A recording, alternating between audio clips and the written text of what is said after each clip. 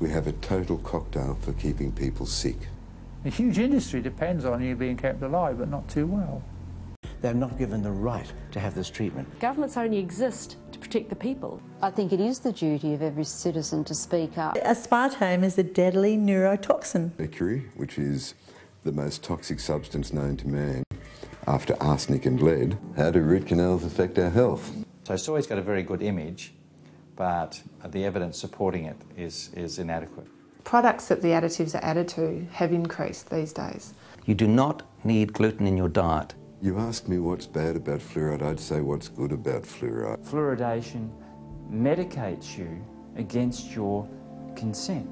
They're not necessarily presenting us the truth. The fact that the generation following us may be the first generation where they have a lower life expectancy than in human history compared to the previous generation. And in an ironic way, we have half the world dying of undernutrition and the other half dying of overnutrition. 60% of adults are overweight and obese. In Australia, about 1 in 4 kids are overweight and obese. Well, if we link obesity and diabetes together, we now call it diabesity, this is the biggest epidemic in human history. The soy will prevent breast cancer, whether soy will prevent any cancer. I think there isn't enough evidence. The effects of the soybean on thyroid function have been well known for more than 50 years. For an infant who was being fed soy formula 5 times a day was getting the biological equivalent of about 5 contraceptive pills a day. That mercury comes out of the fillings and gives incurable diseases. Root canals have toxins that come out and give people incurable diseases that can be cured. When mercury is known in any of the literature to be the most toxic natural element on the planet, they say it's of no health significance. How do they say that? Money. Why would we want to keep people sick? It's very simple. I believe dead people and healthy people don't buy drugs. Only sick people buy drugs. The human carcass is unique on this planet.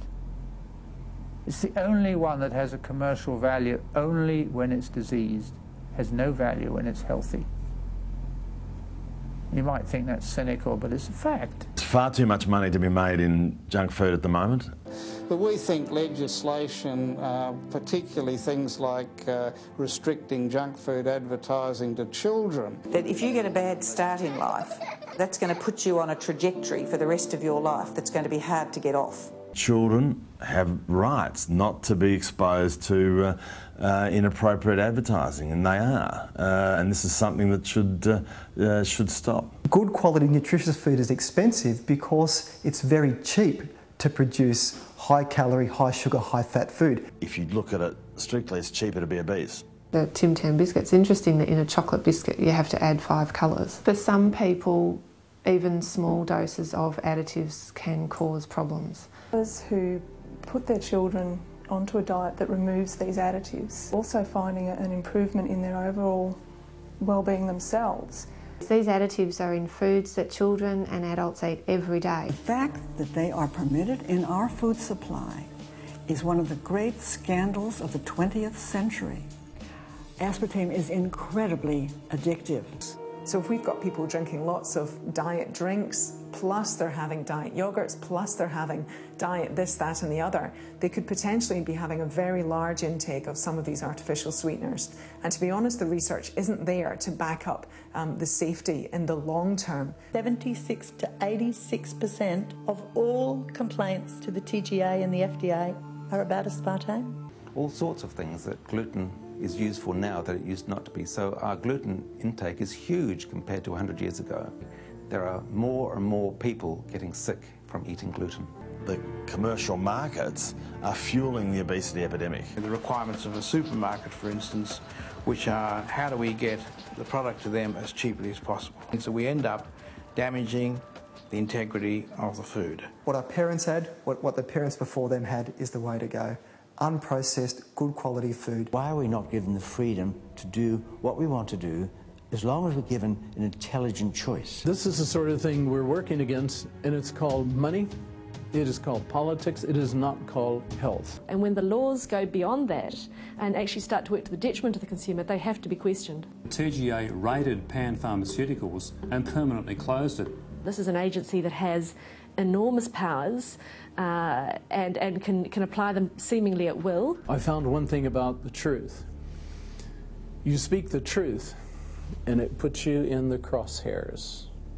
I'm so glad to be talking to you because you have the abilities to take this where I'm speaking to a handful of people. You can show a lot of people and generate awareness. It isn't that hope is gone, it's that hope is covered up. If it is released, people understand what's going on, we can have a much healthier and happier population. This is criminal neglect, this economic irrationalism where governments have themselves re-elected because they've stolen money from the people and funded their own re-election. This has to be brought to a stop.